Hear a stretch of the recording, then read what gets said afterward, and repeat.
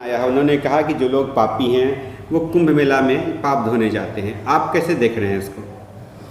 देखिए, ये जो बयान आया है, चूँकि चंद्रशेखर आज़ाद रावण जी दलितों के नेता हैं और दलितों के बड़े लीडर हैं, तो स्वाभाविक सी बात है कि जितने भी लोग अभी महाकुंभ का जो आयोजन किया जा रहा है या जो अभी आयोजन चल रहा है उसमें जो स्नान करने के लिए जाते हैं, उस पर ये बोले हैं कि जितने भी लोग आते हैं उसमें वो अपना पाप धोने के लिए आते हैं। तो ये कोई गलत बात नहीं बोले हैं, ये सदियों से चली आ रही है। चूँकि हिंदू धर्म की जो परंपरा है उस परंपरा के अनुसार सारे लोग कहते हैं कि गंगा स्नान कर लोगे तो पाप धुल जाएगा, कुंभ में स्नान कर लोगे तो पाप धुल जाएगा, कमला का नहा लोगे तो पाप धुल जाएगा।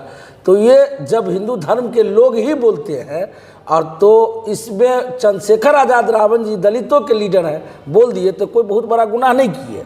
इसलिए गुनाह नहीं किए कि हिंदू धर्म में दलितों को रखा ही नहीं गया है, हिंदू धर्म में दलितों को रखा ही नहीं गया है। अब वो दलित के लीडर हैं, तो चूंकि वैसे जैसे बाबा साहब डॉक्टर भीमराव अंबेडकर जी को जो छुआछूत जो प्रताड़ना झेलना पड़ा, उसी प्रकार से चंद्रशेखर रावण को भी कई सारी प्रताड़नाएं उत्तर प्रदेश में झेलना पड़ा, जिसके कारण से चंद्रशेखर आज़ाद रावण बना। तो आज मान लिया जाए वो बयान जो है किसी भी एंगल से देखा जाए तो वो गलत बयान नहीं है। लोग स्वाभाविक सी बात है, पाप करना का मतलब गलत वे में ही नहीं होना चाहिए।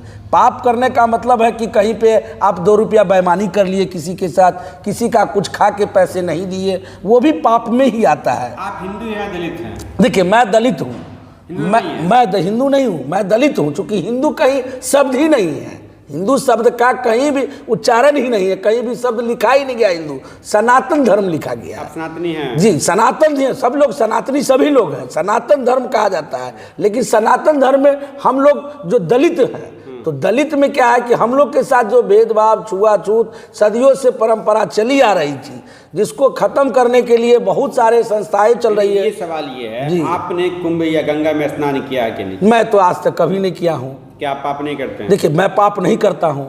पाप करने का मतलब चंद्रशेखर रावण के बाद दूसरे व्यक्ति धरती पर आप ही है जो पाप नहीं? एकदम इसलिए कि मैं पाप इसलिए नहीं करता हूँ, मैं हमेशा पुण्य का काम करता हूँ। पाप तो कभी मन में ख्याल भी नहीं आता है।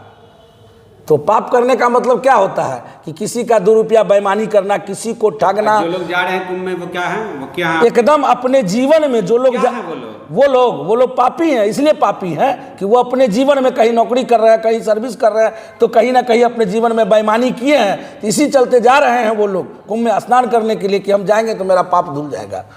किसी ऑफिस में बड़े अधिकारी हैं। मतलब आपका यही न कहना हुआ जी, कुंभ में जितना करोड़ों का लोग स्नान कर रहे हैं सब पापी हैं? जी जी। और आप और चंद्रशेखर रावण धर्मात्मा हैं? जी, घर में बैठे। मैं ये नहीं कह रहा हूँ कि मैं धर्मात्मा हूँ, मैं ये कह रहा हूँ कि मैं पापी नहीं हूँ। पापी नहीं तो मैं ये कह रहा हूँ कि पापी नहीं हूँ, मैं ये भी नहीं कह रहा हूँ कि मैं धर्मात्मा हूँ। तो पापी नहीं तो फिर तो आप महान व्यक्ति में से एक महान व्यक्ति होना ही चाहिए, इंसान को महान बनना ही चाहिए। पापी जो है, सांसद जो नगीना से हैं चंद्रशेखर, उनका आप समर्थन बना कर रहे हैं? जी जी जी, मेरा पूरा समर्थन रहेगा उनको। इसलिए आप अपने भविष्य में नहीं जाएंगे कुंभ या गंगा स्नान करने? नहीं, मैं क्यों जाऊंगा कुंभ या गंगा स्नान करने के लिए? मुझे क्या जरूरत पड़ी है?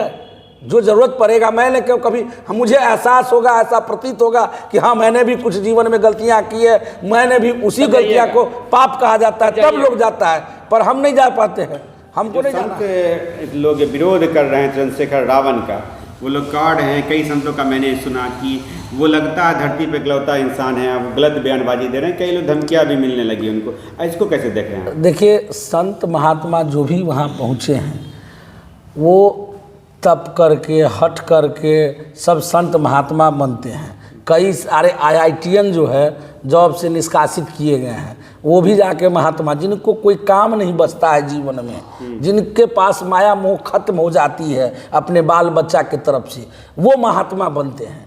यानी जिनको लगता है कि हम जीवन में सक्सेसफुल नहीं हैं, हम सफल इंसान नहीं बन सकते हैं, तो वो सफलता के दौड़ में आगे बढ़ने के लिए होड़ में कि भाई महात्मा की उपाधि हमको मिल जाए, संत की उपाधि मिल जाए, हम जाके लोगों को माने बदलाव करें, लोगों को हिंदुत्व में लावे, तरह तरह की भावनाएं उत्पन्न करके वो संत महात्मा बनते हैं। लेकिन वो जो विरोध कर रहे हैं जो संत महात्मा, तो काफ़ी सारे संत महात्मा पक्ष में भी बात कर रहे हैं सबकी अपने अपनी बोलिए। काफ़ी सारे संत महात्मा पक्ष में भी बात कर रहे हैं कि अगर चंद्रशेखर आज़ाद रावण ने कहा है तो क्या कहा है कि वो यहाँ कुंभ में आकर तो नहीं कहा है, वो बाहर में कहा है। तो एक कहावत भी एक संत महात्मा बोले हैं कि कौवा कान लेके चला जाए तो कान को देखना चाहिए, कौवा को देखना चाहिए।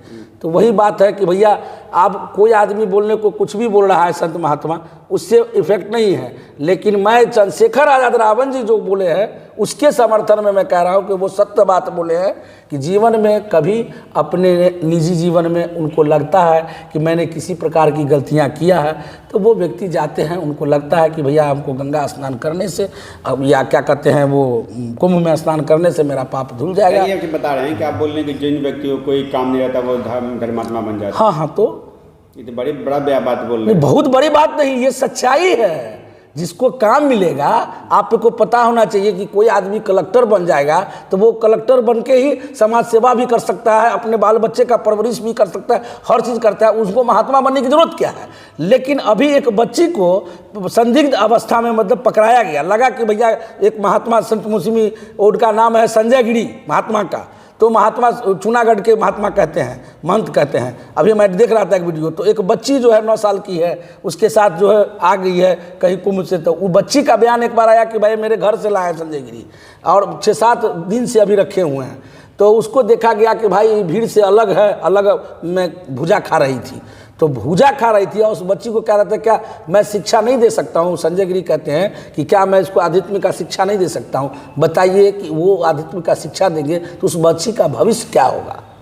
क्या होगा? साध्वी बनेंगी वो? नहीं तो साध्वी बनेगी तो उसका भविष्य क्या होगा? आगे जाके साध्वी बनेगी, कैसी बनेगी, नहीं बनेगी, भविष्य क्या होगा? लेकिन आज वो प्रतिनिधि आप अभी कैसे कर लीजिए? हम नहीं करेंगे, लेकिन हम नहीं करेंगे। कर सकता है इंसान। नहीं, प्रयास करने के लिए अभी उस बच्ची को मिला गया। पत्रकार ने पूछा कि बच्ची को कि घर कहाँ है, तो भदोई है, फलाना जगह है, हर चीज़ पता बोल रही है, तुम पढ़ना चाहती हो? तो बच्ची कह रही है मैं पढ़ूंगी। बच्ची साफ साफ जवाब दे रही है कि मैं पढ़ूंगी। क्या पढ़ूंगी? जो आध्यात्मिक जो नहीं, आध्यात्मिक नहीं पूछा गया है। जो स्टडी जो तुमको स्कूल में पढ़ने का मन करता है तो बोला हाँ स्कूल में मैं पढ़ूंगी। लेकिन यहाँ ज़बरदस्ती थोपा जा रहा है कि नहीं हम इनको गुरु के साथ आए हैं, गुरु जो है हमारे संजय गुरु जी के साथ आए, गुरु जी लेके आए। संस्कार के बाद वो दलित हो, ब्राह्मण हो, कोई भी जाति से हो, उनका जो अंतिम जो अस्थियाँ होती है वो गंगा लाभ करवाना पड़ता है। क्या भविष्य में आपके परिवार से या दलित लोग आपके हिसाब से नहीं जाते हैं गंगा में? नहीं जाते हैं, बिल्कुल जाते हैं। देखिए जिनको जितनी समझ है वो लोग जाते हैं, जिनको जितनी समझ है वो लोग जाते हैं। पर्सनली मेरी बात रही तो मैं ऐसा कभी नहीं करूंगा और मैं कोई कर्म भी नहीं करूंगा। मैं आप लोग के समक्ष अभी मीडिया को बयान दूं, कोई कर्म भी नहीं करूंगा। मेरा एक ही दिन का काम होता है श्रद्धांजलि सभा, बस श्रद्धांजलि देकर उनको 10-10 लोग को बुलाइए, 1 लोग को बुलाइए, बस श्रद्धांजलि दे देना है। क्योंकि अब मरने वाले तो चले गए, जिंदा में तो लोग कुछ करवे नहीं करते हैं। अब मरने वाले चले गए, उसके लिए क्रिया कर्म ये सब तो बहाना है करने का, लोगों को जम्बारा करने का। अब सब कुछ परंपरा लोग बाप दादा के ज़माने से करते आ रहे हैं तो उसको देखते देखते करते। लेकिन मेरे जैसे पढ़े लिखे लोगों का काम क्या है? इस सबको रोकना, जो भी पाखंडवाद के तरफ ग्रसित है उसको रोकना, पाखंडवाद को बढ़ावा नहीं देना है। परिचय बताइए। मेरा नाम वीरेंद्र कुमार पासवान उर्फ गुरु जी।